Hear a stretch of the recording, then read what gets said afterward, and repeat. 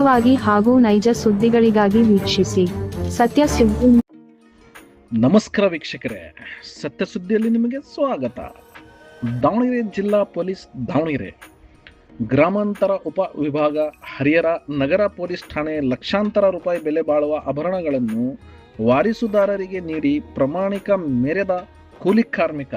ಹೌದು ವೀಕ್ಷಕರೇ, ದಿನಾಂಕ 22 ಏಪ್ರಿಲ್ 2026ರಂದು ಶ್ರೀ ಶಂಭುನಾಥ್ ಹನುಮಂತಪ್ಪರವರು ಇವರು ಹರಪನಹಳ್ಳಿಯಿಂದ ದುಗ್ಗವತಿ KSRTC ಬಸ್ಸಿನಲ್ಲಿ ಹತ್ತಿ ಬಸ್ ಕ್ಯಾಬಿನೆಟ್ನಲ್ಲಿ ತನ್ನ ರೊಟ್ಟಿ ಚೀಲವನ್ನು ಇಟ್ಟಿದ್ದು, ಅವರ ಪಕ್ಕದಲ್ಲಿಯೇ ಅದೇ ರೀತಿಯ ಚೀಲ ಇದ್ದು, ಅವರು ದುಗ್ಗತಿಯಲ್ಲಿ ಬಸ್ ಇಳಿಯುವಾಗ ಅವರ ಚೀಲ ಬಿಟ್ಟು ಪಕ್ಕದಲ್ಲಿ ಅವರ ಚೀಲದಂತೆಯೇ ಇದ್ದ ಚೀಲವನ್ನು ತೆಗೆದುಕೊಂಡು ಇಳಿದು ಮನೆಗೆ ಹೋಗಿದ್ದು, ಮನೆಗೆ ಹೋದ ನಂತರ ರೊಟ್ಟಿ ಚೀಲ ತೆಗೆಯಲು ಚೀಲ ಬಿಚ್ಚಿದಾಗ ರೊಟ್ಟಿದೊಂದಿಗೆ MD ಜೂಲಿಯರ್ಸ್ ಹರಪನಹಳ್ಳಿ ಇವರ ಬ್ಯಾಗ್ ಇದ್ದು, ಇದರಲ್ಲಿ 55 ಗ್ರಾಂ ಬಂಗಾರ ಹಾಗೂ 88 ಗ್ರಾಂ ತೂಕದ ಆಭರಣಗಳನ್ನು ನೋಡಿ ಶ್ರೀ ಶಂಭುನಾಥ್ ಹನುಮಂತಪ್ಪ ಕಳಂಗನವರು ಇದು ನನ್ನ ಬ್ಯಾಗ್ ಅಲ್ಲ ಅಂತ ತನ್ನ ಸ್ನೇಹಿತರಿಗೆ ತಿಳಿಸಿ ಕೂಡಲೇ ಆಭರಣ ಇರುವ ಬ್ಯಾಗ್ ತೆಗೆದು ಬಂಗಾರದ ಅಂಗಡಿಯವರಿಗೆ ಫೋನ್ ಮಾಡಿ ವಿಚಾರ ತಿಳಿಸಿದ್ದು,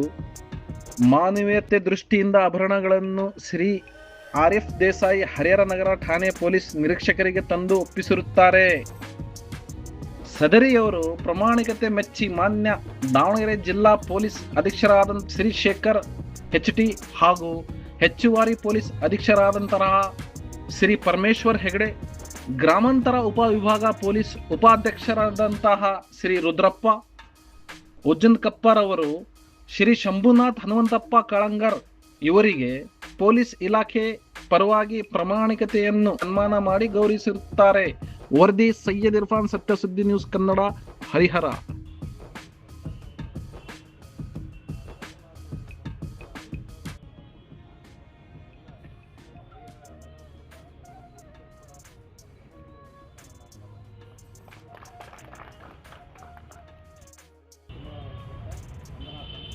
ಈ ಕಾರ್ಯಕ್ರಮದ ಅಧ್ಯಕ್ಷತೆ ವಹಿಸಿದಂಥ ನಮ್ಮ ದಾವಣಗೆರೆ ಗ್ರಾಮಾಂತರ ಉಪವಿಭಾಗದ ವಿಭಾಗಿಸಿದಂಥ ರುದ್ರಪ್ಪ ಸರ್ ಅವರಿಗೂ ವಂದನೆಗಳು ಮತ್ತು ಅಭಿನಂದನೆಗಳು. ಹಾಗೂ ಹರಿಹರ ನಗರ ಮತ್ತು ಗ್ರಾಮೀಣ circle inspector RF Desai sir ಹಾಗೂ ಸುರೇಶ್ ತಜ್ಞರ್ ಅವರಿಗೂ ವಂದನೆಗಳನ್ನು ತಿಳಿಸ್ತೀನಿ.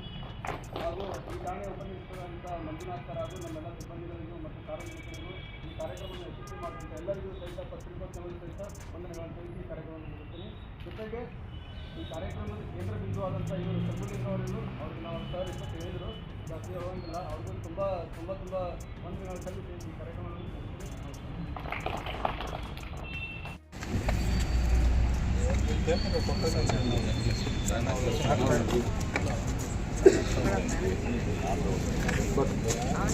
ಕಂಪ್ಲೇಂಟ್